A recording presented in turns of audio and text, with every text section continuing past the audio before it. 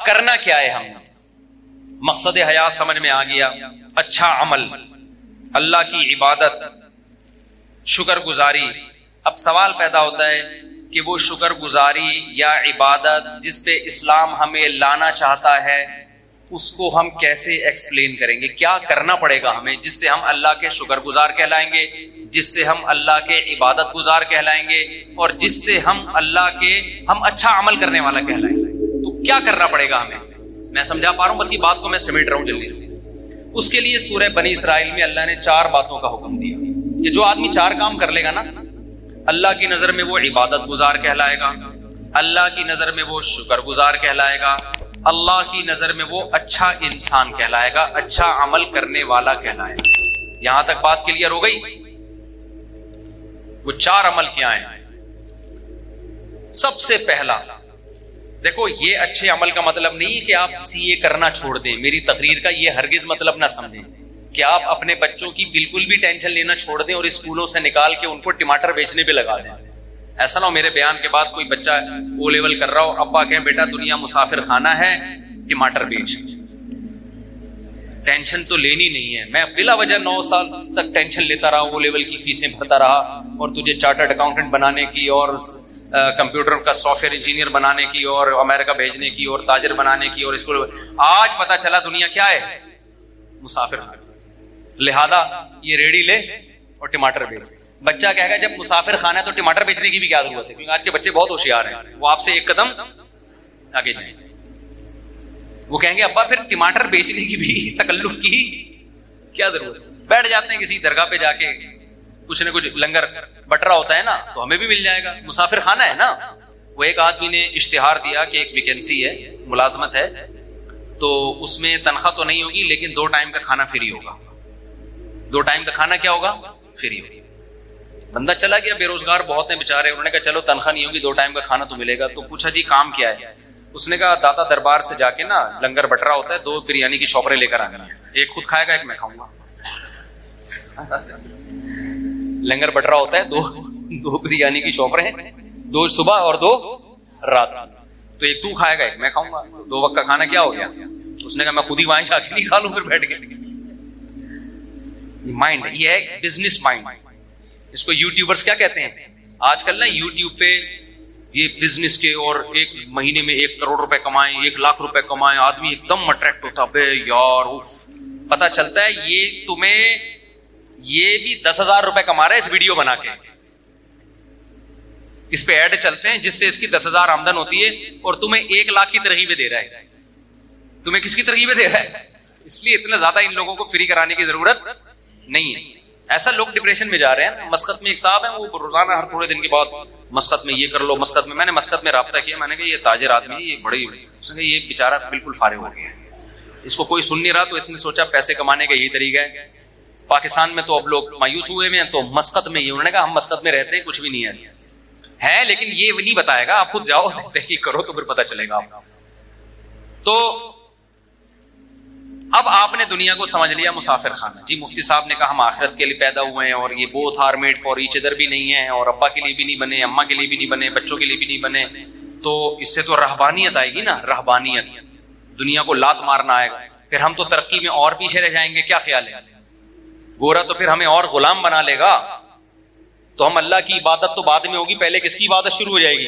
गोरे की, जो होकर जो कर रहे हैं हम भिखारी क्यों हैं? साइंस टेक्नोलॉजी में अगर हम आगे होते तो भिखारी होते? तो इस्लाम किसी ऐसी बात का हुक्म दे सकता है जिससे आप और भिखारी बन जाओ? क्या ख्याल है? अकाउंटिंग का इल्म तो इस्लाम ने सिखाया सबसे पहले। सूरह बकरा की सबसे लंबी आयत अकाउंटिंग की फजीलत में नाजिल हुई है। कुरान की सबसे लंबी आयत, सूरह बकरा की भी नहीं, पूरे कुरान, जिसमें अल्लाह ने मामलात की लिखत पढ़त का हुक्म दिया है ताकि झगड़ा ना हो। तो चार्टर्ड अकाउंटेंट यही तो करता है कि झगड़े से बचाता है।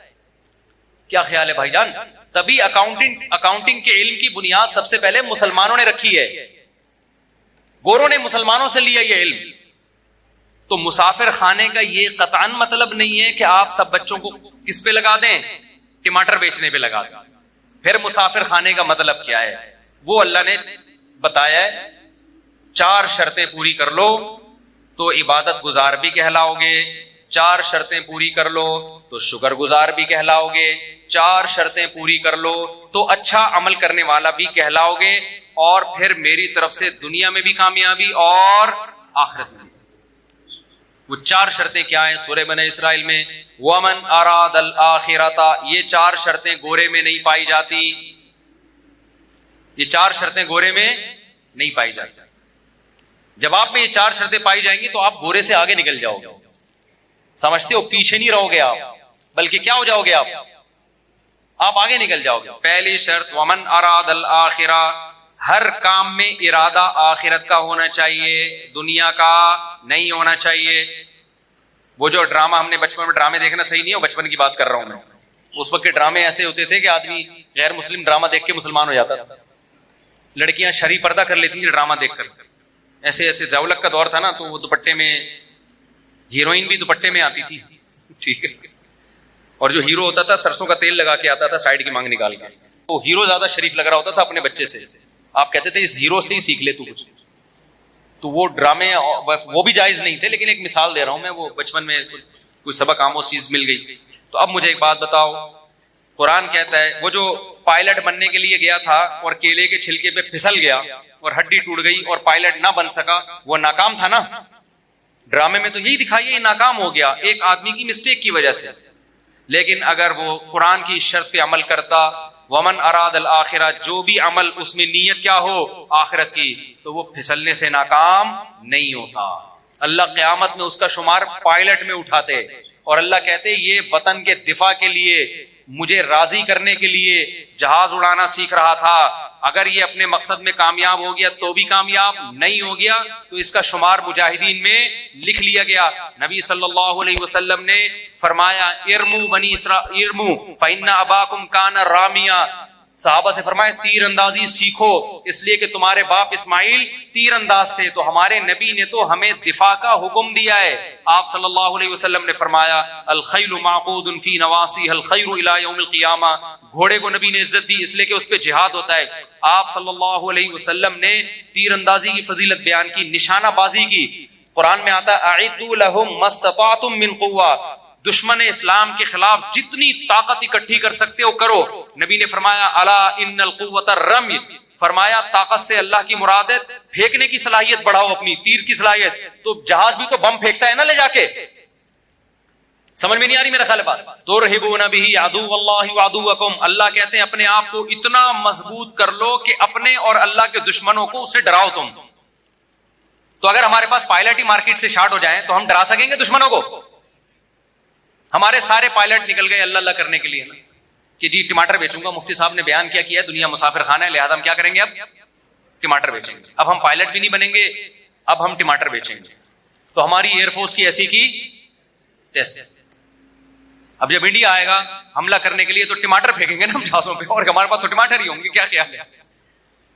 लिहाजा आप पायलट बनने को हदफ बनाओ भाई, हमें जरूरत है अच्छे पायलटों की, राशिद महनाज जैसे पायलटों की।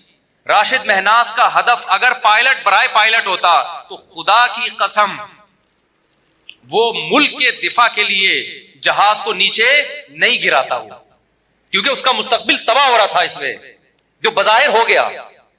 आप निशाने हैदर दो, इससे राशिद महनाज को क्या फायदा हो रहा है? बाकियों को तो मोटिवेशन मिल रही है, लेकिन राशिद महनाज को फायदा आखिरत का हो रहा है।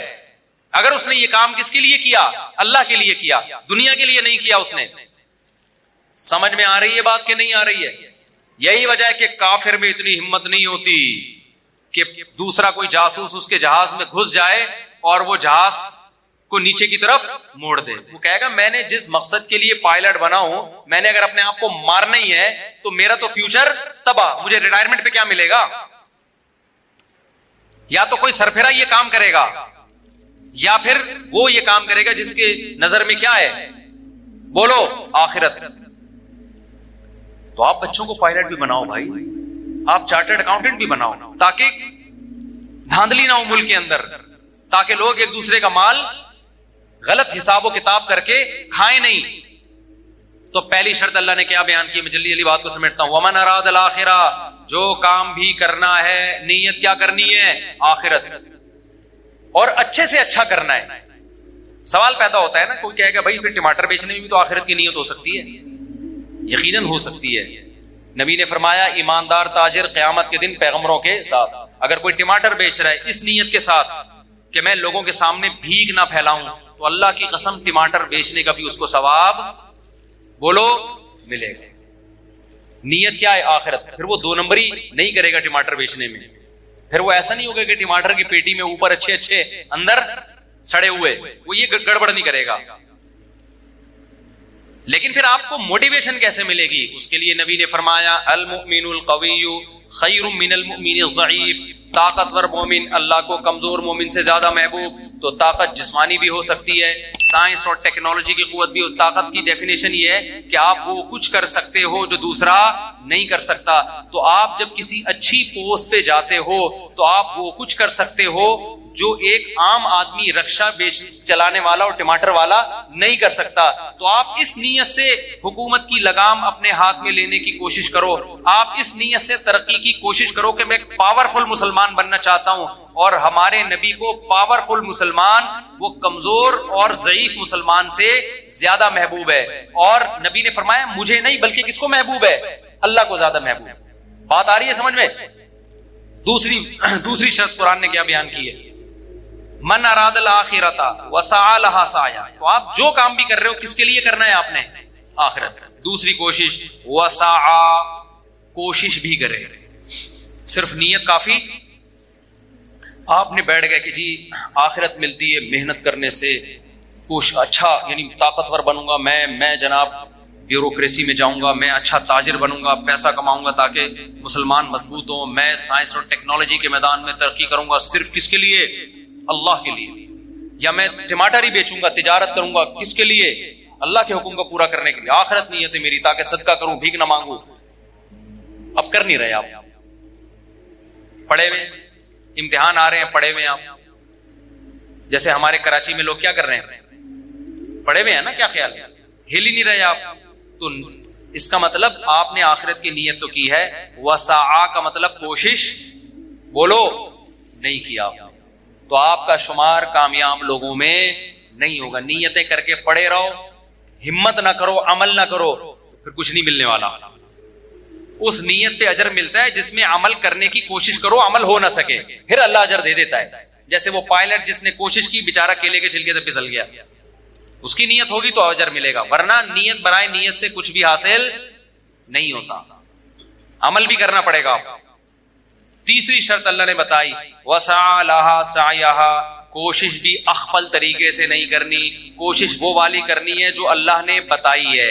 आप अल्लाह को राजी करने के लिए वो कोशिश करो जो अल्लाह ने नहीं बताई, अल्लाह नहीं मानेगा। आज कितने एक्टर हैं, अदाकार हैं, नाचने वाली फंकाराएं हैं, उनसे पूछा जाता है कि आपको ये इज्जत कैसे मिली? कह रहे बस अल्लाह के लिए हमने यानी ये तो अल्लाह का हम पे बड़ा फजल हुआ। हम डांस क्लब में गए, हमने वहां डांस सीखा और लोगों को एंटरटेन करने का हम जरिया, मुल्क की तरक्की का हम जरिया बन रहे हैं। और एक्चुअली यानी नीयत हो सकता है वो भी आखिरत की कर रही हो कि लोग खुश होंगे, डिप्रेशन खत्म होगी और जनाब लोग एक एंटरटेन होंगे और डिप्रेशन से निजात मिलेगी और खुशियां मिलेंगी लोगों को हमारे नाच गाने देखकर। तो ये कोशिश तो है, हो सकता है आपका जज्बा भी अच्छा हो, मगर ये कोशिश अल्लाह की बताई हुई नहीं है, बल्कि अल्लाह की तरफ से इस कोशिश पर क्या है? पाबंदी। आपने देखा एक आदमी टेंशन का मरीज है, आपने चर्च की पुड़िया पकड़ा दी, उसको जरा सुट्टा लगा तो बिल्कुल ठीक हो जाएगा। ठीक हो भी गया, आपकी नीयत भी अच्छी थी, इंसानियत की खिदमत, लेकिन इस सुट्टे पे आपको सवाब बोलते क्यों नहीं मिलेगा। आप सूदी बैंक में जॉब करना शुरू कर दिया आपने, सूदी बैंक में, कि मैं अपने जो मुझे तनख्वाह मिलेगी मैं अपने बाप की खिदमत करूंगा, उसको हज पे भेजूंगा, उम्रे पे भेजूंगा। नीयत आपकी अच्छी है, सवाब 2 टके का आपको, क्योंकि हराम पैसों से बाप की खिदमत का सवाब नहीं मिलता। समझ रहे हो? आपने रिश्वत लेके आपने कहा मस्जिद बनाऊंगा, मैंने रिश्वत आज शराब कबाब में उड़ा दी, आज मुझे अल्लाह ने हिदायत दी है, मैं इन रिश्वत के पैसों से मस्जिद बनाऊंगा। अल्लाह उस रिश्वत के पैसों से मस्जिद को कबूल नहीं करते। तो कोशिश वो करनी है जो अल्लाह ने बताई है। रबीउल अव्वल में आपने कंटेनर लाके रोड ब्लॉक कर दिया और झंडियां लगा के आप नाच रहे हैं हमारे नबी की जश्न आमद रसूल, लोगों की गाड़ियां फंस रही हैं, लोग ऑफिस नहीं पहुंच पा रहे। इस कोशिश पे आपकी नीयत अच्छी हो सकती है, सवाब आपको नहीं मिलेगा, क्योंकि हमारे नबी तो तहज्जुद के लिए उठते थे ना, तो इसकी कोशिश करते थे कि घर वालों की आंख ना खुले गई, वो डिस्टर्ब ना हो। सलाम करते थे रात को अगर घर में आ रहे हैं इतनी आहिस्ता से कि जो सो रहा है वो उठे नहीं, जाग रहा है वो जवाब दे दे। वो नबी ये कैसे बर्दाश्त करेंगे कि मेरे नाम पे पूरे मुल्क को आप मुहर्रम पे इमाम हुसैन के नाम पे मोबाइल को सारे सिग्नल बंद हो जाएं, लोग एक टेंशन में आ जाए। मलेशिया से एक ताजिर आए, उनकी मीटिंग थी, वो इत्तेफाक से मुहर्रम में पहुंचे। वो कह रहे हैं यार हम कराची एयरपोर्ट पे उतरे हुए, किसी का किसी राब्ता ही नहीं हो रहा, सिग्नल सारे क्या हो गए, बंद। कह रहे हैं यार मलेशिया में तो ये नहीं होता। मैंने कहा यहां तो मुहर्रम में अलग चीजें प्रोग्राम चलते हैं, रबीउल अव्वल में अलग चलते हैं, सफर में अलग चलते हैं, हर चीज में एक अलग ही। नबी ने फरमाया जो रास्ते से तकलीफ दे चीज नहीं उठाता वो मोमिन नहीं है। तो जो रास्ते में कंटेनर फेंक के रोड ब्लॉक करता है वो कहां से मोमिन हो गया? एक कांटे से तकलीफ ज्यादा होती है, ये कंटेनर से होती है। हमारे पैगंबर ने हुक्म दिया, बुखारी मुस्लिम की हदीस है कि रास्ते में कांटा पड़ा हुआ है ना, आप गुजर के नहीं उठा रहे, आप ईमान के आखिरी दर्जे पे भी नहीं हो। जो कांटा फेंक रहा है वो कैसे होगा? जो हटा नहीं रहा उसको बुरा कहा जा रहा है, तो जो फेंक रहा है वो कहां से ईमान पे होगा? और जो कांटे से बड़ी चीज कंटेनर, कितनी खवातीन जो प्रेग्नेंट होती हैं, जिनको इमरजेंसी हॉस्पिटल में पहुंचना है, वो जलसों में ट्रैफिक में जाम। मुहर्रम के जलसों में क्या होता है, रबीउल अव्वल के जलसों में क्या होता है? मजहब के नाम पे लोगों को अजियत पहुंचाई जाती है। जब उनसे कहा जाए भाई किस सहाबा ने रबीउल अव्वल मनाया, किसी ताबीई ने बनाया, आज भी हरम में नहीं मनाया जाता, तो आप क्यों वो कर रहे हो? कह रहे हम नबी की मोहब्बत में कर रहे हैं। आप यकीनन मोहब्बत में कर रहे हो, हम आपकी नीयत पे शक नहीं करते, मगर कर वो रहे हो जो आपका नफ्स आपको कह रहा है। अल्लाह रसूल के बताए हुए तरीके को आप फॉलो नहीं कर रहे। तो कुरान ने तीसरी शर्त बयान की है, कोशिश तुम्हारी गढ़ी हुई नहीं होनी चाहिए, कोशिश वो होनी चाहिए जो मैंने बताई है। और आखिरी शर्त अल्लाह ने बयान की जो इंतहाई अहम, वहुवा मुमिनुन, अल्लाह कहते हैं ईमान भी होना चाहिए, तौहीद परस्त होना चाहिए। मुशरिक का, काफिर का कोई नेक अमल में कबूल नहीं करूंगा। अल्लाह पे, उसके पैगंबरों पर, उसकी किताबों पर ईमान होगा तो नेकी का अजर मिलेगा, अदरवाइज दुनिया में अजर मिलेगा, आखिरत में अजर नहीं मिलेगा। बात आ गई खोपड़ी शरीफ, अब तो दिमाग शरीफ कहना चाहिए। तो ये चार शर्तें मेरे भाई पूरी करो। हम आपको तरक्की से मना नहीं करते, हम आपको पढ़ाई से मना नहीं करते, हम तो कहते हैं पढ़ो। तो हमारा तो अनपढ़ होना ही दुनिया की बर्बादी का बहुत बड़ा सबब है। लेकिन किसके लिए पढ़ो? आखिरत के लिए पढ़ो, मेहनत करो। मेहनत, चार शर्तें आखिरी रिवाइज कर देता हूं। नंबर 1, हर काम में नियत आखिरत। नंबर 2, काम भी करना है, खाली नियतें करके नहीं बैठना। नंबर 3, काम अल्लाह रसूल से पूछ के करना है, उलमा से पूछना है कि शरन ये जायज है भी या नहीं है। अगर फतवा मिले जायज है तो करो, वरना नहीं कर सकते आप उसको। नंबर 4, आप का ईमान भी होना चाहिए अल्लाह पे, उसके रसूलों पर, उसकी किताबों पर, खत्म नबूवत पे, जो इस्लाम के जरूरी अकीदे जिनको ईमान मुफस्सल, ईमान मुजमल कहा जाता है। अल्लाह कहते हैं जो इन अकीदों को नहीं मानेगा उसका अमल कबूल नहीं होगा, उसका अमल राख के ढेर की तरह है, देखने में बहुत लगता है, फूंक मारो उड़ जाएगा। क्योंकि अल्लाह कहते हैं आना मेरे पास है, जो मुझे मानता ही नहीं है तो अजर में कहां से दूंगा उसको। लोग कहते हैं न्यूटन ने इतनी खिदमत की इंसानियत की, तो क्या वो भी जहन्नम में जाएगा? मैंने कहता भाई मुझे नहीं पता वो कहां जाएगा, जन्नत में जाएगा या जहन्नम में जाएगा, वो तो न्यूटन आखिरत में मिलेगा तो उससे पूछेंगे आजकल किधर घूम रहे हो भाई तुम। लेकिन एक बात है कि मैंने कहा आपको न्यूटन से इतनी मोहब्बत है क्योंकि उसके आप पर एहसानात, उसने बहुत सारे साइंसी उख्दे हल किए, उसकी वजह से बहुत सारी चीजें इजाद हुई। तो अल्लाह क़यामत में न्यूटन से सवाल करेगा कि पब्लिक को तेरे एहसानात की वजह से तुझसे मोहब्बत थी, तूने मुझे भी याद रखा मेरे एहसानात की वजह से? नहीं है बात समझ। तो अल्लाह तो सबसे पहले किसके बारे में पूछेगा? आपके अब्बा ने आपको फ्रांस 2 मिनट में बाद फिर अजान होगी और अजान के फौरन बाद जमात खड़ी हो जाएगी, ठीक है ना? 9 बजे ही जमात होगी, बेफिक्र रहें, जमात देर से नहीं होगी। मैं जहां भी बयान के लिए जाता हूँ ना, जमात टाइम पे ही होती है, तो 9 बजे ही जमात होगी, सुन्नतों का टाइम नहीं देंगे। क्या ख्याल है? आपने अपने बच्चे को फ्रांस भेजा आला तालीम के लिए, इन्वेस्टमेंट की, पैसा खर्च किया, मेरा बच्चा बड़ा साइंटिस्ट बन के आएगा, फिर इतना मैं पैसा लगाऊंगा, फिर बूढ़े बाप की खिदमत करेगा। बच्चा फ्रांस से जर्मनी निकल गया, वहां से जापान निकल गया, अब्बा के पैसों पे खा पी के उसने ट्रस्ट बनाया, फिर उसने जनाब जापानियों की भी खिदमत कर रहा है, अमरीकियों की भी खिदमत कर रहा है। अब्बा को एक दिन भी फोन करके नहीं पूछा। अब्बा बुढ़ापे में रिटायर हो गया, बच्चे से कह रहा है बेटा, फोन ही नहीं उठा रहा, इंसानियत की खिदमत कर रहा है। तो इंसान कहेंगे ये बंदा बड़ा नाइस है यार। अब्बा से जब पूछोगे, अब्बा कहेगा आने तो दो, मैंने तो इसको जायदाद से भी आग कर दिया है और मैं अब नादरा से भी इसका नाम अपने बेटों की फहरिस्त से निकाल रहा हूं। तो भाई अब्बा जब मानेगा जब तुम अब्बा को मानोगे। तो अल्लाह कहता है जिन साइंसदानों ने इंसानियत की खिदमत की, इंसान उनको मानते हैं, उनको नोबेल प्राइज भी देते हैं, उनकी इज्जत भी होती है, यूनिवर्सिटी उनको पढ़ाया भी जाता है। जब आखिरत में मेरे पास आएंगे तो सारा खर्चा तो मेरा हुआ है ना इनके ऊपर। क्या ख्याल है, खर्चा किसका हुआ है? जब न्यूटन पैदा हुआ था उसकी मां की छातियों में दूध क्या आइंस्टाइन ने पैदा किया था? तो खुदा ने पैदा किया था। न्यूटन ने खुदा का शुक्र क्यों? मैं नहीं कह रहा न्यूटन ने शुक्र अदा नहीं किया भाई, मुझे न्यूटन की रिपोर्टें नहीं है, मैं तो एक मिसाल दे रहा हूं। अगर अदा किया है तो कामयाब होगा, अदा नहीं किया तो क्या होगा? नाकाम होगा मेरे भाई, नाकाम होगा। अल्लाह कहेगा जिसने तुझे पैदा, अल्लाह कहेगा आसमान से बारिशें तो मैं बरसाता था, जमीन से तनावर दरख्त कौन उगाता था? तू तो खाली ये बताता था कि ये कैसे उग रहा है, ये आम की गुठली से आम कैसे बनता है। उस आम की गुठली में ऐसे सॉफ्टवेयर के गोबर पानी मिट्टी के मिलाप से दरख्त बनता है, और दरख्त में फूल उगते हैं, फूल तितलियों को माइल करते हैं, उनसे नरमादा फूलों का मिलाप होता है, फिर आम पैदा होता है, और हर आम में वही गुठली होती है जो जमीन में तुमने दफन की होती है। ये सॉफ्टवेयर तो न्यूटन ने थोड़ी इंस्टॉल किए हैं, न्यूटन ने तो बताया कैसे, न्यूटन ने तो ये भी नहीं बताया, किसी और साइंसदान ने बताया, लेकिन मिसाल दे रहा हूं। करने वाला कौन है भाई? वो तो मैं हूं। न्यूटन ने कितनी दफा आम खाए होंगे, कितनी दफा गाय का दूध पिया होगा उसने, जो सूखे चारे से खुदा ने गाय का दूध बना के उस जानवर के थनों में डाला। तो अल्लाह को यह हक है कि वो साइंसदानों से भी पूछे कि इंसानों ने तुमसे इतनी मोहब्बत की, तुम्हें इतनी इज्जत दी क्योंकि तुमने इंसानों की खिदमत की। तो जिसने तुम पे खर्चा किया है, जिसने तुम्हें बनाया और तुम्हें इस काबिल किया कि तुम इंसानों की खिदमत करके इज्जत हासिल कर सको, तुमने उसको कितना याद किया, उसके पैगंबरों को, उसके सफीरों को तुमने माना, उनकी तालीमात को तुमने फॉलो किया कि नहीं किया। तो आखिरत में कामयाबी और नाकामी का क्राइटेरिया मैयार अलग है। दुनिया में माइकल जैक्सन बन जाओगे तो क्या हो जाओगे? कामयाब हो जाओगे। आखिरत में नहीं होते मेरे भाई। समझता है कि नहीं समझता है? मेरा ख्याल है अच्छे अच्छों को भी समझ में आ गया होगा।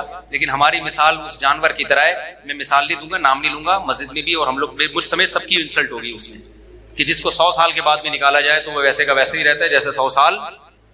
बिल्ली की मिसाल दे रहा हूं, गलत ना सोचें आप। तो मैं भी इसमें दाखिल हूं, हम भी सुनते भी रहते हैं, कहते भी रहते हैं, लेकिन हमारा हर आने वाला दिन हमको खुदा के करीब करने के बजाय खुदा से दूर कर रहा है। आप अपना माजी में हम ज्यादा अच्छे थे, हर आने वाले दिन हम अल्लाह के करीब होने के बजाय अल्लाह से दूर। कभी शायर ने कहा ना, नजर सुए मरकद कदम सुए मरकद, मरकद कब्र को कहते हैं, कदम सुए मरकद नजर सुए दुनिया। तेरे कदम कब्र की तरफ रोज बरोज जा रहे हैं और नजर तेरी बहरिया टाउन के प्लॉटों में लगी हुई है। तो शायर क्या कहता है, कहां जा रहा है किधर देखता है, जा किधर रहा है, देख प्लॉटों की तरफ रहा है।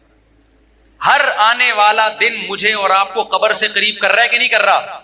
लेकिन हर आने वाले दिन में हमारी नजर में बहरिया टाउन की वैल्यू कम होने के बजाय बढ़ रही है।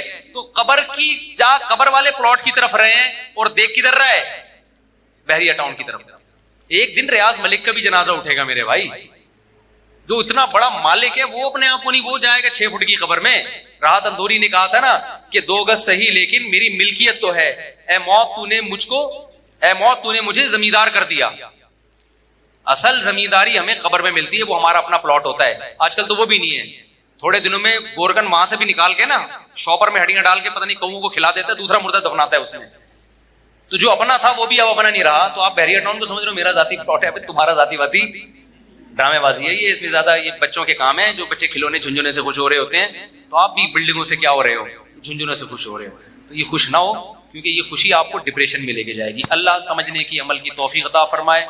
और सबसे पहले मुझे और आप, पूरी कायनात A to Z अलिफ से ये लेकर या तक 2 टके की, ये 2 टके बोलते हुए मुझे मजा बहुत आता है यार, क्योंकि इससे ना दुनिया की मोहब्बत दिल में वाकई 2 टके की नहीं रहती।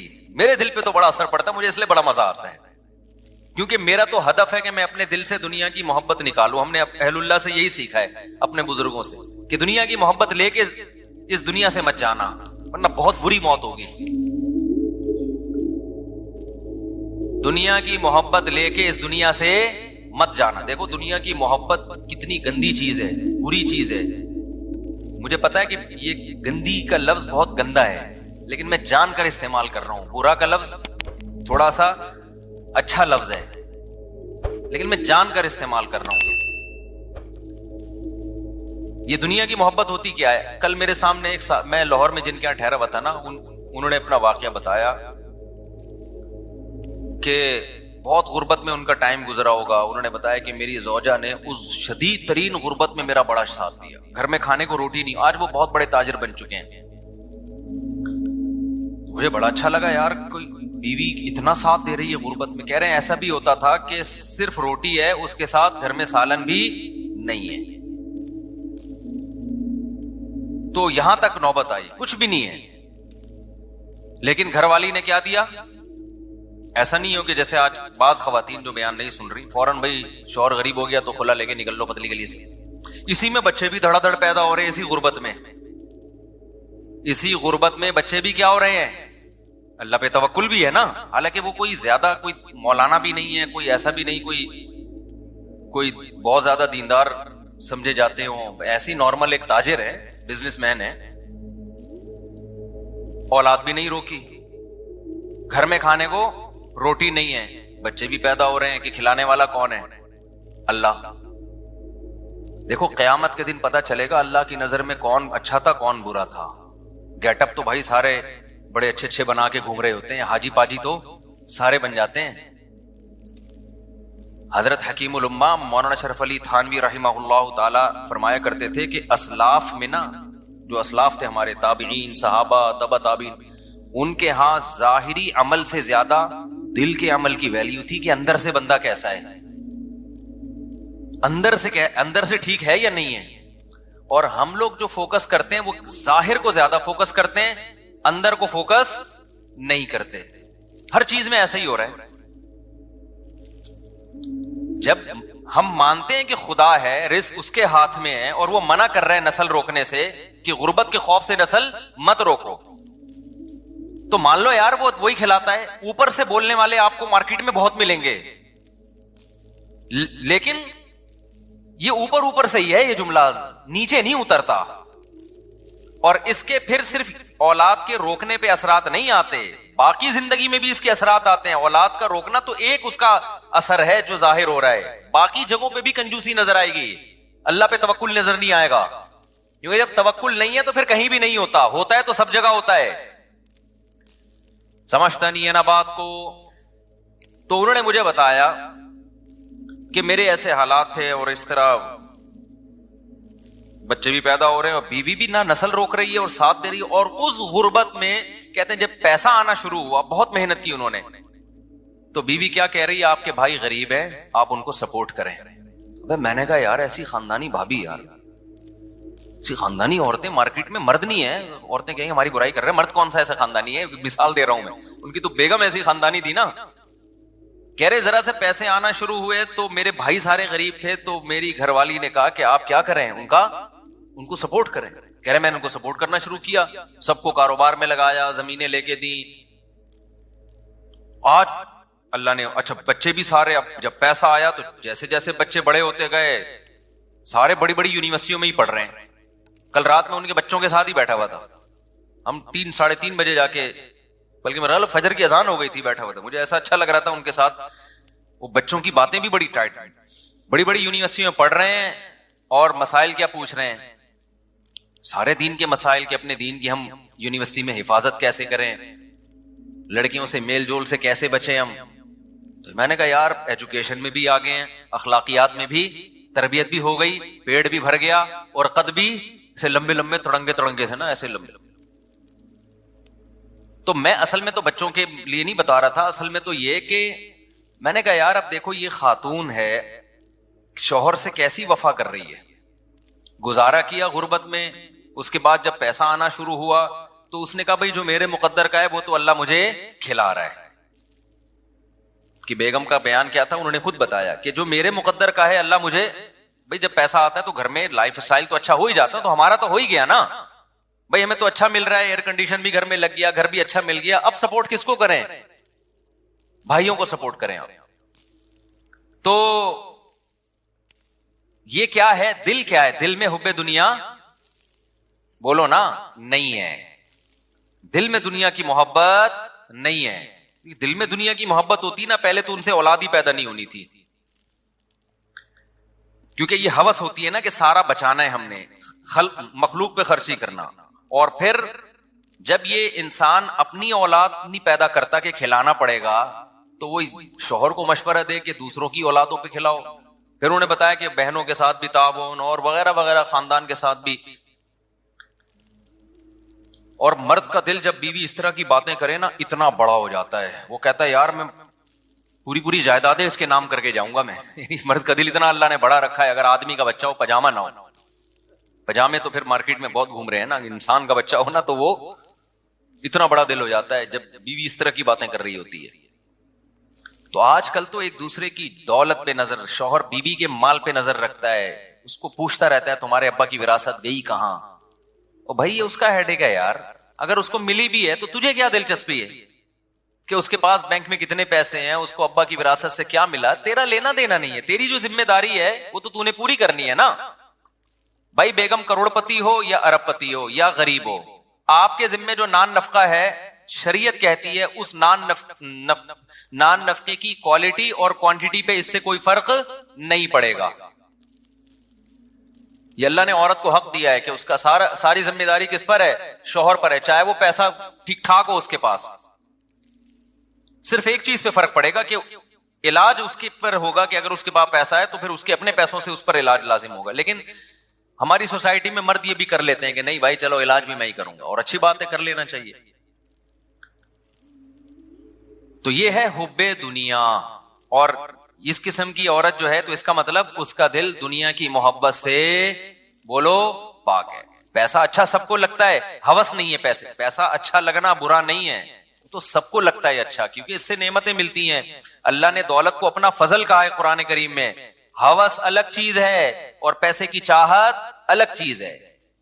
आज हवस है, लालच है, गैर अखलाकी तरीके से कमाना, बटोरते रहना। मैं आज क्या होता है, जो खवातीन बयान नहीं सुन रही, जब वो शादी होके घर में आती हैं शौहर के, तो उनकी ख्वाहिश होती है कि भाई ये बहनों को क्यों खिला रहा है, ये अपने भाइयों को क्यों खिला रहा है, यहां तक कि अपनी मां को क्यों खिला रहा है, ये इतनी टेंशन।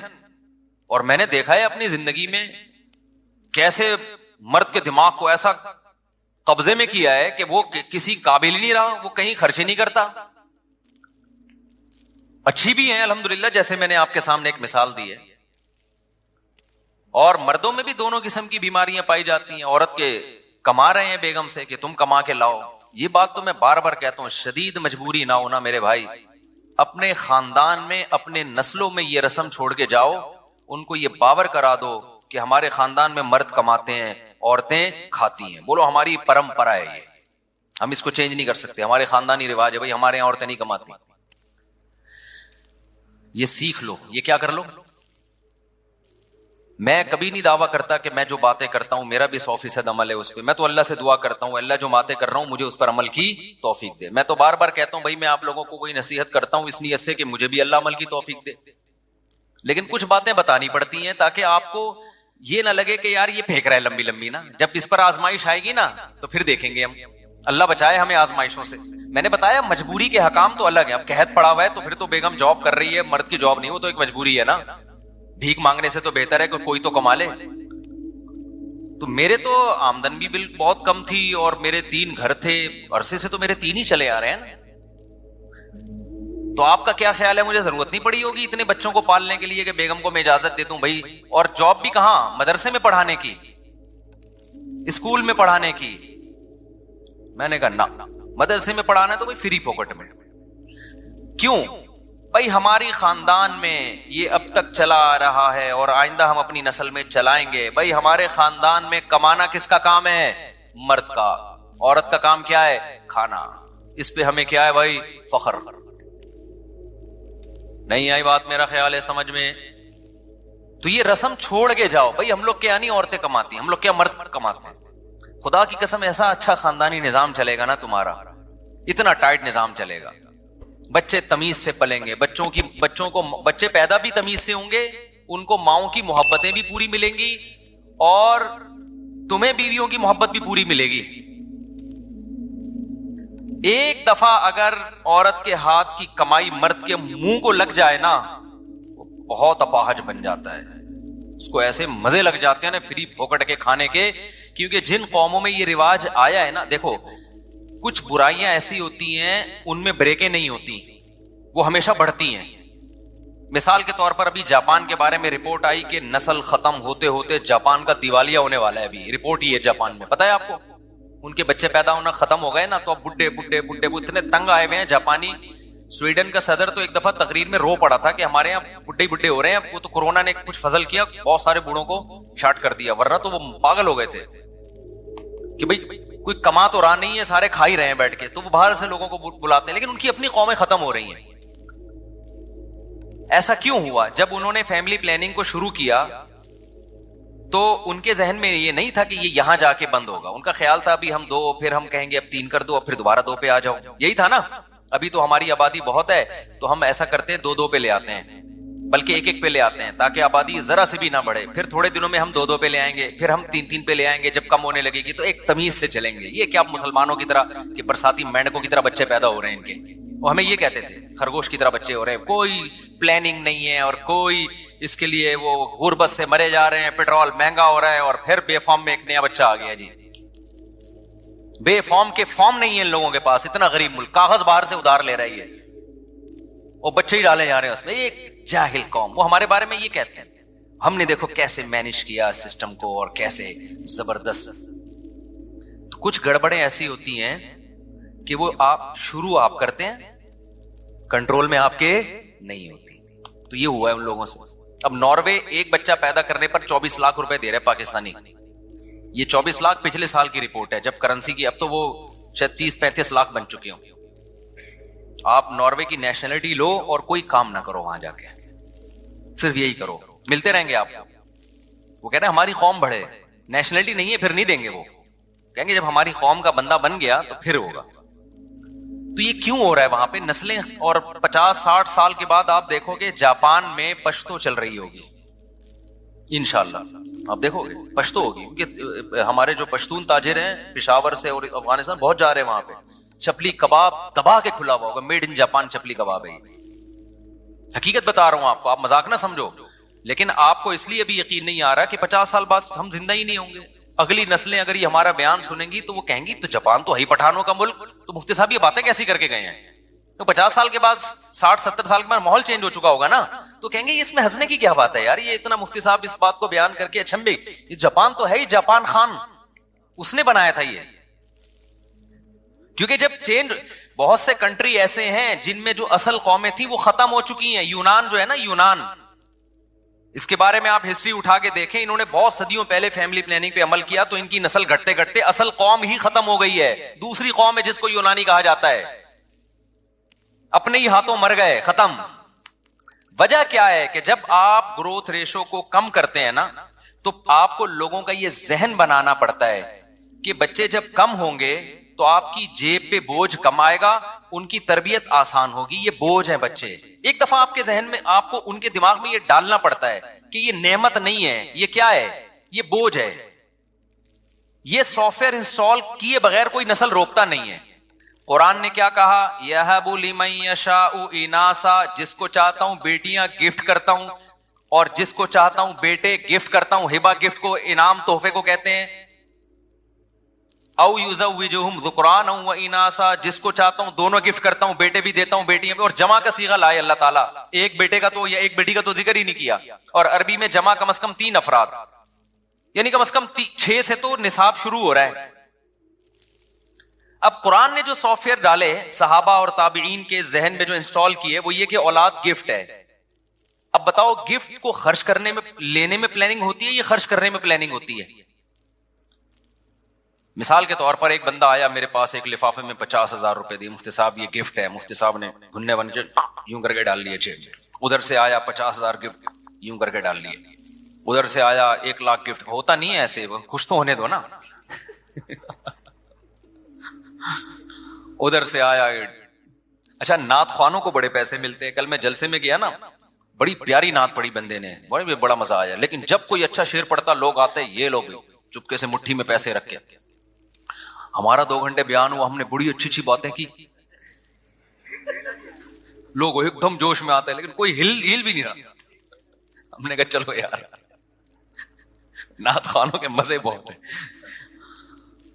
अच्छा, इधर से 50,000 आ रहे हैं, अब कोई कहे मुफ्ती साहब इतने पैसे ले रहे हो, बगैर प्लानिंग के पैसे ही आते चले जा रहे हैं, ये तो ठीक नहीं है। मैं कहूंगा आए जितने भी, इसके लिए प्लानिंग की जरूरत नहीं है। प्लानिंग की जरूरत होगी खर्च करने में। ये प्लानिंग का मौका नहीं है, क्योंकि गिफ्ट तो जितने आ जाए अच्छा है भाई, जितने आ जाए। लॉकर बड़ा बनवा लूंगा मैं, एक और अकाउंट खुलवा लूंगा मैं, जेबें बड़ी करवा लूंगा मैं, गिफ्ट कभी कोई नहीं रोकता। प्लानिंग गिफ्ट लेने में नहीं की जाती, गिफ्ट को खर्च करने में की जाती है। कि ऐसे ही उड़ाओ नहीं, अब इतने आ गए हैं तो अब शादी तो हो नहीं सकती, अब क्या करें हम इससे। पहले तो प्लानिंग आसान थी मेरे लिए, अब भाई ऐसा करते हैं कि बच्चों को हम जरा और अच्छे स्कूल में डाल देते हैं, जरा और तगड़ी फीसें हो जाएंगी उनकी, और ये कर देते हैं, ये कर देते हैं। हाँ, बगैर प्लानिंग के उड़ाना शुरू कर दोगे तो ये नेमत की नाकदरी। तो अल्लाह मियां ने कुरान में जो हमें सॉफ्टवेयर इंस्टॉल किए ना, मुसलमान सोसाइटी को जो कुरान पढ़ते हैं, उनको ये बताया कि औलाद ये बोझ नहीं है, बल्कि ये क्या है, गॉड गिफ्टेड है, ये खुदा की तरफ से गिफ्ट है। अब जब गिफ्ट है तो गिफ्ट आने में प्लानिंग नहीं होती, जब आ गए तो फिर प्लानिंग करनी है, ताकि जाया ना हो कि इसको डॉक्टर बनाना है, इसको आलिम बनाना है, इसको मुफ्ती बनाना है, इसको क्या बनाना है, इंसान का बच्चा बनाना है, कैसे बनाना है, कौन से स्कूल में भेजें, किस बुजुर्ग के पास भेजें, किसके बयान सुनाए, चर्सियों में बैठ रहा है तो उससे कैसे बचाएं हम इसको, सुबह शाम ऐसा ना हो पबजी खेलते खेलते जिंदगी गुजर जाए। तो प्लानिंग, उस औलाद का क्या इस्तेमाल है, इसमें प्लानिंग होगी। हमारे यहां फैमिली प्लानिंग वालों ने उल्टे काम शुरू कर दिए, औलाद पैदा करने में प्लानिंग शुरू कर दी कि प्लानिंग से पैदा होंगे, पहले एक होगा, 25 साल के बाद दूसरा, बाज दफा होता ही नहीं 25 साल के बाद दूसरा, ये आपके इख्तियार में है ही नहीं। अब इस उल्टी प्लानिंग का जो नुकसान हो रहा है ना, बड़ा नुकसान, मैं बार बार कहता हूं, लड़के और लड़कियों की ग्रोथ रेशो की ऐसी की तैसी हो गई। अब जिसको सबको 2 बच्चे चाहिए, तो जिसको बेटा मिल गया वो तो नस्ल रोकेगा, जिसको नहीं मिला वो 5-5, 6-6 बेटियां हो जाती है बेटे की लालच में, वो 6 बेटियों के बाद जाके नस्ल रोकेगा। बेटे 1 या 2 और बेटियां 6-6। तो ये तो सारा फितरी निजाम की ऐसी की तैसी हो गई कि नहीं हो गई। आप कह सकते हो कि चाइना और जापान और इंडिया, इन दोनों कंट्रीज में फैमिली प्लानिंग पर अमल होता है, तो इनमें तो ग्रोथ रेशो ऐसा नहीं है कि लड़कियां बहुत ज्यादा लड़के कम, बल्कि वहां तो लड़कियां ही शॉर्ट हैं। तो भाई वो एक और जुल्म कर रहे हैं जिसका खुदा आखिरत में इंतकाम लेगा। वो ये कि लड़कियों को मां के पेट में मार दिया जाता है पैदा होने से पहले, वरना अगर वो पैदा होने देना तो वहां लड़कियां ही लड़कियां हो, इतनी औरतें पैदा हो जाएं, मर्द मार्केट से शॉर्ट हो जाए उनके। क्योंकि जिस फैमिली में एक बेटा एक बेटी हो गई वो रोकेगा नस्ल, जिसके 2 बेटे हो गए वो भी रोक लेगा, क्योंकि बेटे की जरूरत लोगों को बेटी से ज्यादा होती है। खुद माओ को बेटा चाहिए होता है। आप देख ले हमारी सोसाइटी में 5 बेटियां, 6 बेटियां, 7 बेटियां, किस चक्कर में यार, इस चक्कर में कि शायद अगली दफा बेटा हो जाए, वो नहीं हुआ तो अब तो सारा सेटअप, जब आप फितरत के काम में टांग अड़ाते हो तो उल्टा पुल्टा होता है। तो मैं इस कर रहा था कि इस्लाम ने जो सॉफ्टवेयर हमें हमारे दिए, जो कुरान पढ़ते हैं, कुरान पर ईमान रखते हैं, वो ये कि ये नेमत है। लिहाजा जब आपके दिमाग में ये आ गया ना, ये सॉफ्टवेयर इंस्टॉल हो गया कि नेमत है, तो फिर आदमी क्या चाहेगा, मेरी औलाद ज्यादा हो। ये काफिरों को भी यही पता था कि औलाद ज्यादा होना नेमत है। यही वजह है कि कुरान काफिरों को कहता था कि तुम अगर इताअत करोगे तुम्हें अल्लाह कसरत से औलाद देगा। यहूदियों को अल्लाह कहते हैं, हमने कहा कि जब तुम इताअत करोगे कसरत से अल्लाह तुम्हें औलाद देगा। और कुरान कहता है, शुएब अलैहिस्सलाम ने अपनी कौम से कहा कि अल्लाह की नेमत को याद करो, कसरकुम, अल्लाह ने तुम्हारी आबादी बहुत बढ़ा दी है, ये अल्लाह की नेमत है, इस पे शुक्र अदा करो। फैमिली प्लानिंग वाले होते उस जमाने में, वो कहते हैं ये बढ़ा दिए जी, तो टेंशन है हमें, तुम इसको कह रहे हो अल्लाह का शुक्र है, हमारी तो बढ़ी हुई आबादी क्या है, टेंशन। पैगंबर कह रहे हैं बढ़ी हुई आबादी तुम्हारे लिए अल्लाह की नेमत है, शुक्र अदा करो। तो अब जब सॉफ्टवेयर इंस्टॉल कर दिए कि ये बोझ है, तो फिर याद रखो कुछ दिनों तक ऐसा लगता है कि 2 होने चाहिए, इस पे आप कौम को लाएंगे, लेकिन अगला स्टेप पे कौम खुद आएगी, आप नहीं लाएंगे। वही कि जब बोझ है तो फिर 2 के बजाय कितने होने चाहिए, 1, पूरा इस पे सेट हो गया आगे। फिर 1 भी है तो बोझ ही ना, वो है क्या, वो भी कहते हैं बोझ है, कहते हैं होना चाहिए, लेकिन वो 50 साल या जब हम बुढ़े होने लगेंगे उस वक्त शादी करेंगे, फिर 1 होना चाहिए। तो ये एक ऐसी चीज है जिसपे शुरू आप करते हैं, फिर ये आपके कंट्रोल में नहीं रहती। बिल्कुल वो किस्सा है कि वो जो मैंने बताया ना कि दरिया में कंबल बहता हुआ जा रहा था, वो असल में रीछ था, मुंह अंदर था तो ऊपर से लग रहा था कंबल।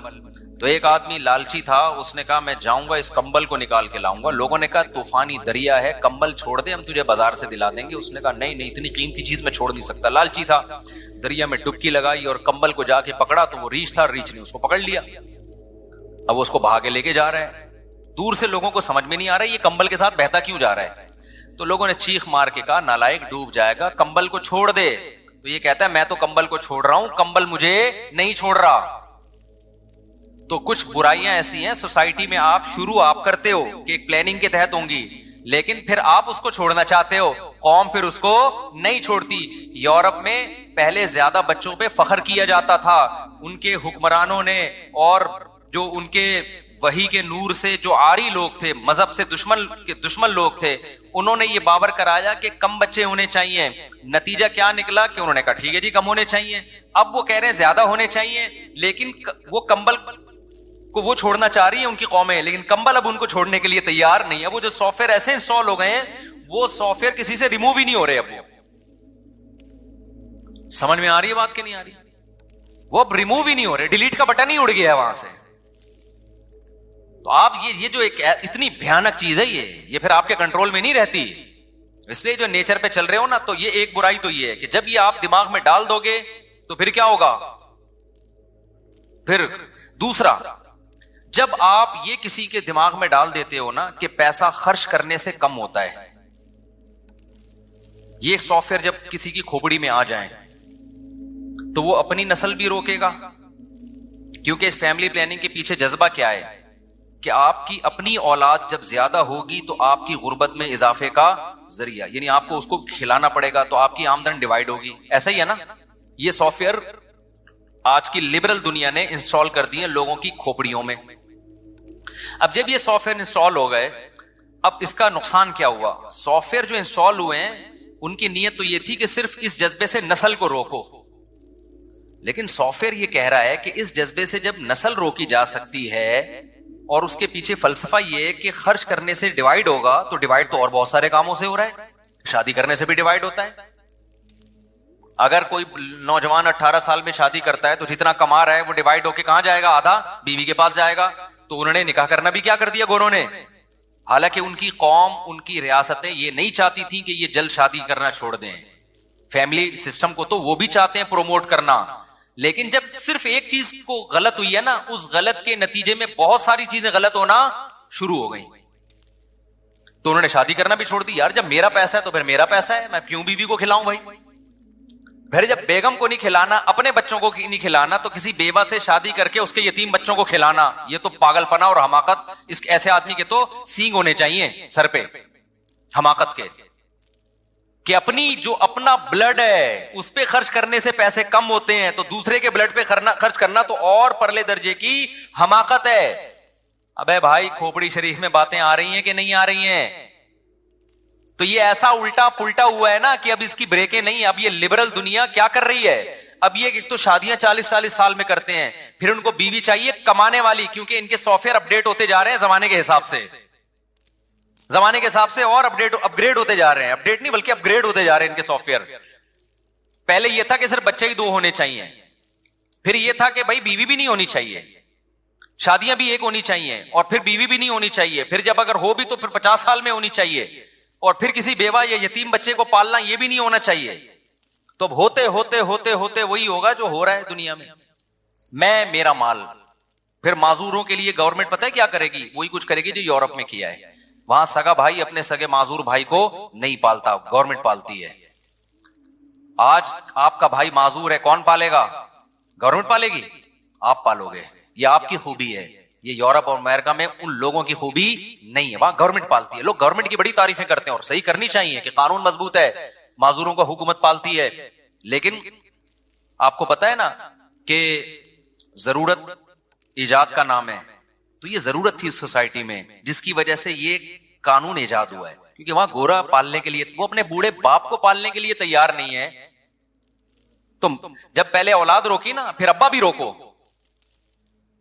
अब्बा को तो रोक सकते नहीं क्योंकि अब्बा पहले पैदा होते हैं, बच्चा बाद में पैदा होता है। तो अब्बा को रोकने का ये है कि अब्बा पे खर्च ना करो, मेरा पैसा है तो मैं ना। तो गवर्नमेंट ने कहा यार ये तो रोडों पे बुढ़े बेचारे बूढ़े पड़े हुए होंगे यहाँ पे, तो उन्होंने बड़ा अच्छा निजाम बनाया, ओल्ड हाउस बनाया कि भाई ये बूढ़ों को, हम जाके बड़ी तारीफें करते हैं, देखो गवर्नमेंट यहाँ बूढ़ों को कितना अच्छा खिलाती, कितनी केयरिंग हुकूमत है। एक हमारी हुकूमत है, मार दिया बुढ़ों को।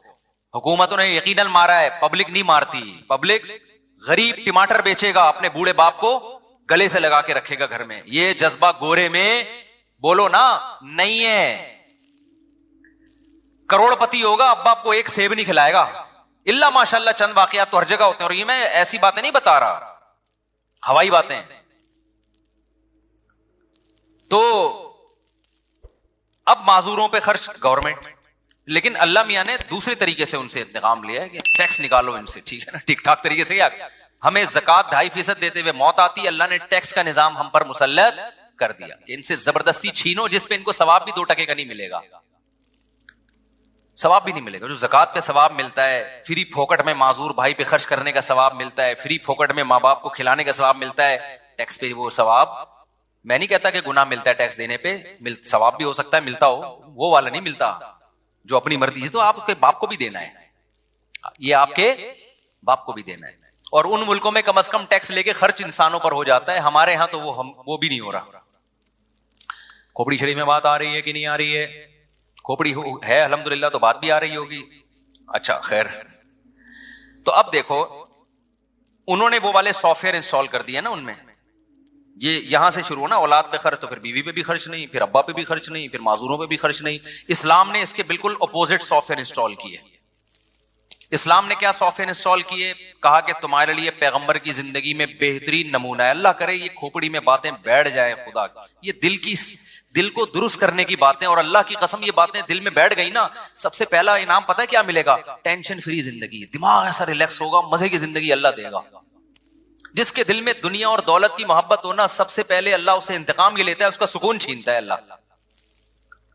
दिल बड़ा हो जाएगा, खर्च करने की आदत पड़ेगी, लाइफ को क्या करोगे? इंजॉय, ठीक है, इंजॉय करोगे लाइफ।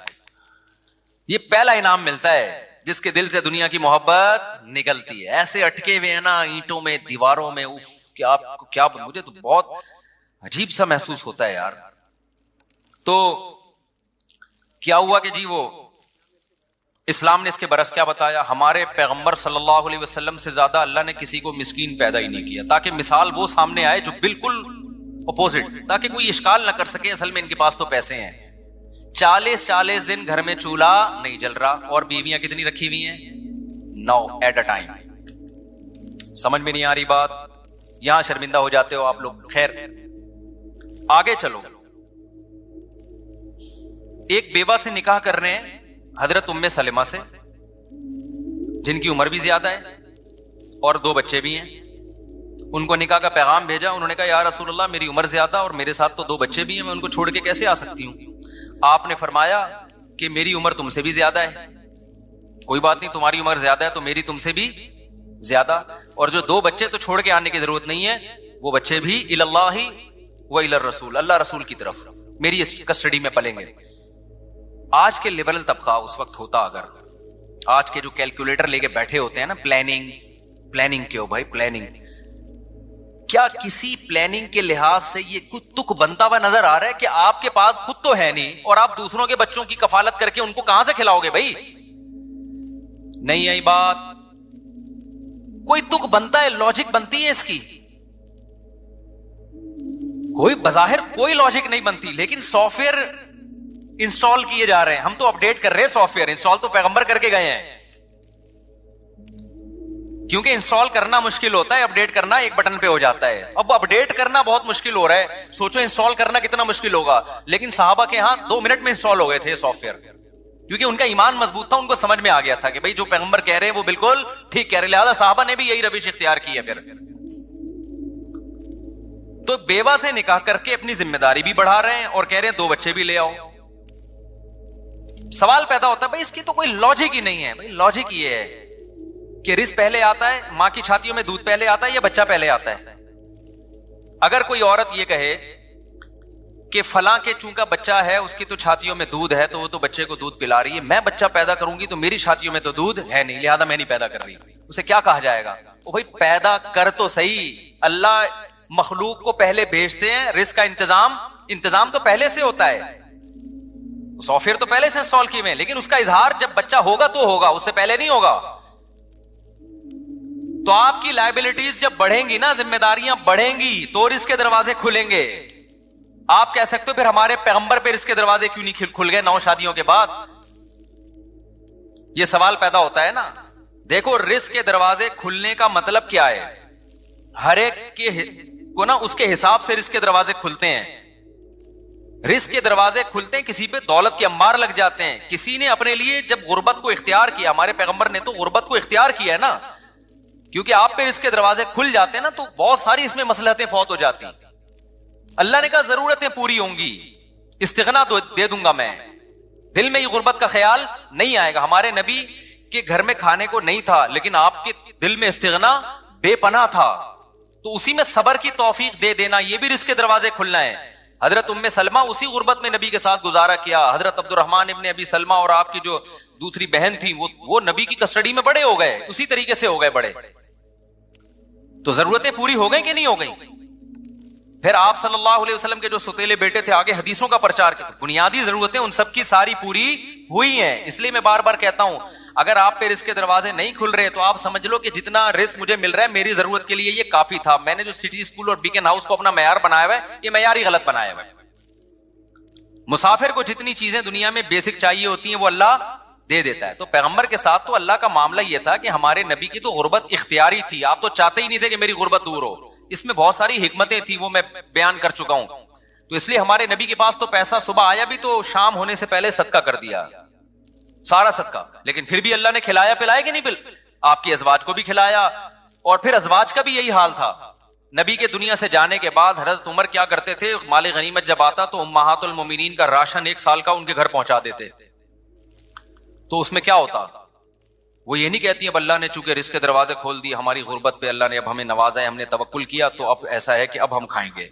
ना ना ना, उन्होंने क्या करती थी कि उनकी ट्रेनिंग ही ऐसी थी ना, वो सुबह से बांटना शुरू करती, और हजरत जैनब का तो यह था कि शाम तक खाली, और बाकियों का भी 1 आध हफ्ते के अंदर सारा क्या खाली। हजरत उमर गजबनाक होते, सहाबा गजबनाक होते, भाई हमारी माएँ हैं, हमारी जिम्मेदारी है, तो ये सारा ही सदका कर देती हैं। अब्दुल्ला बिन जुबैर हैं, हजरत आयशा के भांजे, उन्होंने तो कसम उठा ली कि मैं अल्लाह की कसम अपनी ये जो खाला है आयशा, इनके हाथ रोकूंगा मैं, क्यों खर्च कर देती हैं। हजरत आयशा को इतना गुस्सा आया, उन्होंने कहा तू मुझे सदके से रोक रहा है और कसम उठा रहा है, अल्लाह की कसम मैं तुझसे जिंदगी में कभी बात नहीं करूंगी। दोनों की कसमों का टकराव हो रहा है। टकराव किस बात पे हो रहा है? वो कह रहे हैं आपको खाला हो मेरी, आप माँ भी हो, उम्मत की माँ हैं, तो आप इतना सदका कर रही हो, तो मैं जो हूं आपको, क्योंकि तरस आ रहा है ना, भाई कोई इतना सदका कर रहा हो, कल कहत पड़ेगा, भूख प्यास से हालत खराब होगी, तो जिसमें मोहब्बत होती है उसको तो तरस आएगा ना। तो उनको तरस आ रहा था कि भाई ये इतना सदका कर रही है। अब्दुल्ला बिन जुबैर ने कसम उठा ली, अल्लाह की कसम मैं इनके हाथ रोकूंगा। उन्होंने कहा तू कौन होता है मेरा हाथ रोकने वाला? भाई ये तुम कौन होते हो, तो मुझे रोक रहे हो? मैं अल्लाह की कसम जिंदगी में तुमसे बात नहीं करूंगा। अब वो दोनों की कस्में क्या चल रही हैं। अब वो हजरत आयशा के भांजे थे, उनको ख्याल हुआ कि भाई ये अगर नाराज चली गई तो मेरा क्या बनेगा आखिरत में। तो वो कसम भूल के उनको मनाने में लग गए। इतना मनाया कि फिर हजरत आयशा ने कसम तोड़ के कफारा अदा किया। फिर कफारा भी कैसा अदा किया है? हमारा तो कफारा है ना 10 गरीबों को 2 टाइम का खाना। हजरत आयशा ने कहा नहीं, फिर बांदियों पे बांदियां खरीद के आजाद करती, मौत तक बांदियां खरीदती आजाद करती, कि एक गुलाम नहीं, फिर गुलामों पर गुलाम आजाद करने हैं। तो पैसा भी, इतने गुलाम आजाद हो रहे हैं तो पैसा आ रहा है ना, उन्हीं पैसों से कसमों के कफारे अदा हो रहे हैं। लेकिन हम इतने तवक्कुल के मुकल्लफ नहीं है, हम तो नॉर्मल लोग हैं भाई। हमें तो अल्लाह कहता है जो वाजिब दर्जे का तवक्कुल है ना, जो फर्ज है तुम्हारे ऊपर वो कर लो, इतने हाई लेवल पे जाने की तुम्हें जरूरत नहीं है। जो वाजिब दर्जे का तवक्कुल है वो कर लो। तो वाजिब दर्जे का तो ये है कि भाई जो लोग आपकी कस्टडी में हैं उन पे खर्च करने को बोझ नहीं समझो। और अल्लाह ने उसकी दलील दी है कि बच्चा पैदा होते ही माँ की छातियों में दूध आ जाता है, इसका मतलब इसकी जिम्मेदारी अल्लाह ने उठाई है। जब अल्लाह ने उठाई है और अल्लाह ने उसका सबूत भी दिया है, तो फिर इस्लाम ने जो सॉफ्टवेयर हमारे जहन में, हमारे दिमागों में डाले हैं वो ये वाले डाले हैं कि खर्च करने से पैसा कम नहीं होता बल्कि बढ़ता है। जिम्मेदारियां बढ़ाने से पैसा कम नहीं होता बल्कि बढ़ता है। समझ में आ रही है बात? तो गोरे के सॉफ्टवेयर अलग टाइप के हैं, इस्लाम के बिल्कुल उसके अपोजिट हैं। तो एक तरफ हो जाओ, या तो पूरे जैपनीज बन जाओ या पूरे इंसान बन जाओ। सॉरी, इंसान कह रहा हूं, वो भी इंसान तो है, यानी या तो पूरे मुसलमान बन जाओ। तो ये वाले सॉफ्टवेयर, और ये वाले सॉफ्टवेयर जब चलते हैं ना तो इसकी भी ब्रेकें नहीं है। जैसे उधर की ब्रेकें नहीं है ना, बुखल करते करते कंजूस होता चला जाता है।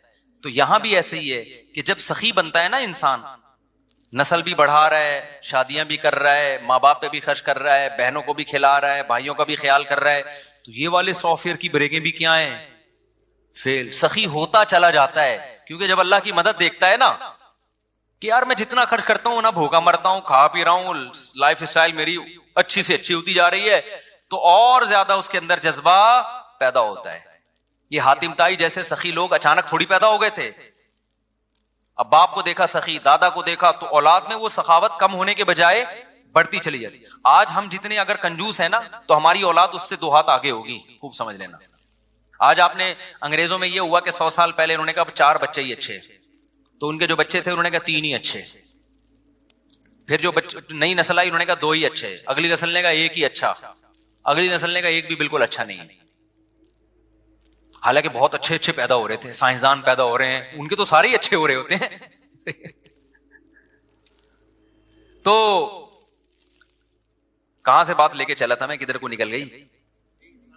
तो सॉफ्टवेयर को ना अपनी सेटिंग जाके, ये बुजुर्गाने दीन ये सॉफ्टवेयर हमारे वायरस निकाल के ना इंस्टॉल भी करते हैं, और जब आप अहलुल्लाह की सोहबत में बैठे रहेंगे तो अपडेट भी होते रहते हैं, अपग्रेड भी होते रहते हैं।